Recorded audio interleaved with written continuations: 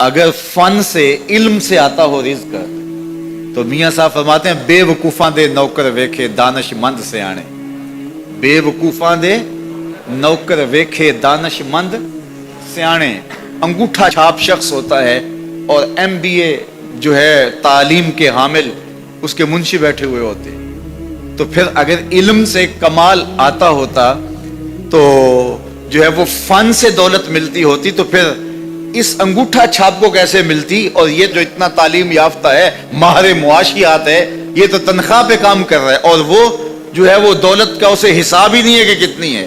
تو اس لیے اللہ فرماتا ہے کہ یہ مت سمجھو کہ یہ تمہارے فن کا کمال ہے, یہ تمہاری جو ہے وہ محنت کا نتیجہ ہے.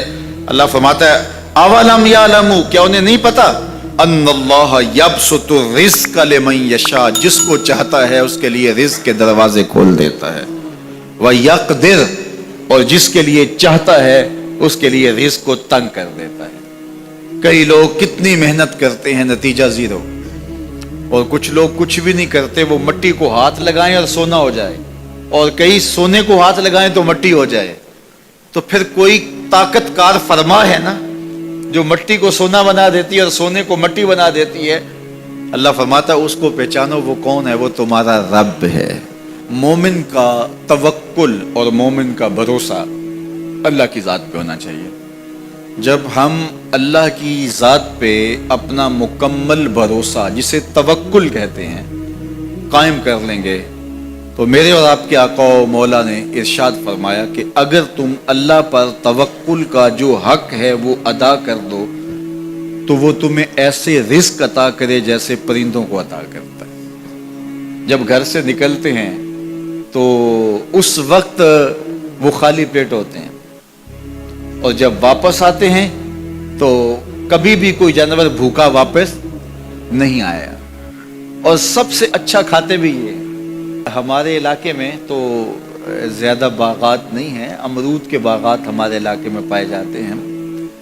تو امرود کے باغ میں جو اگر کوئی دیہات کا شخص ہو یا جس کا امرودوں کا باغ ہو یا امرودوں کے باغ میں اس کا آنا جانا رہا ہو, اس سے پوچھئے کہ سب سے اچھا پھل امرود کے پیڑ پہ اچھا دانہ کون سا ہوتا ہے. کوئی آپ کو کہے کہ یار امرود توڑ کے لاؤ, میٹھا ہو اور جو ہے وہ پکا ہوا ہو اور ذائقے دار ہو تو وہ جاؤ توڑ کے لاؤ. تو کوئی مجھے اگر کہے تو میں جب امرود توڑ کے لاؤں گا تو کبھی پھیکا نہیں ہوگا, میں امرود توڑ کے لاؤں گا تو کبھی بد ذائقہ نہیں ہوگا. آپ مجھے پوچھیں کہ آپ کے پاس کیا فن ہے. میرے پاس فن یہ ہے کہ میں نے امرودوں کے باغوں میں جو ہے وہ بچپن گزارا ہے اور مجھے پتا ہے کہ اچھا اور پکا پھل کون سا ہوتا ہے. لیکن میں آپ کو نشانی بتا دیتا ہوں. اب نئی نسل انہوں نے نہیں دیکھا, آپ باغ میں جائیں اور شاخوں سے لٹکے ہوئے امرود دیکھیں. جس امرود کو طوطے نے کھا کے چھوڑا ہو اس کو آپ توڑ لیں, میٹھا بھی ہوگا, ذائقے دار بھی ہوگا, ایکسپورٹ کوالٹی سے بھی بہتر ہوگا. سب سے اچھا پورے پودے سے جو سب سے اچھا ہوگا وہ اس کو چونچ مارتا ہے اور پھر سارا کھاتا بھی نہیں ہے, تھوڑا سا لیا, نخرے والا آگے بڑھ گیا. اللہ اکبر.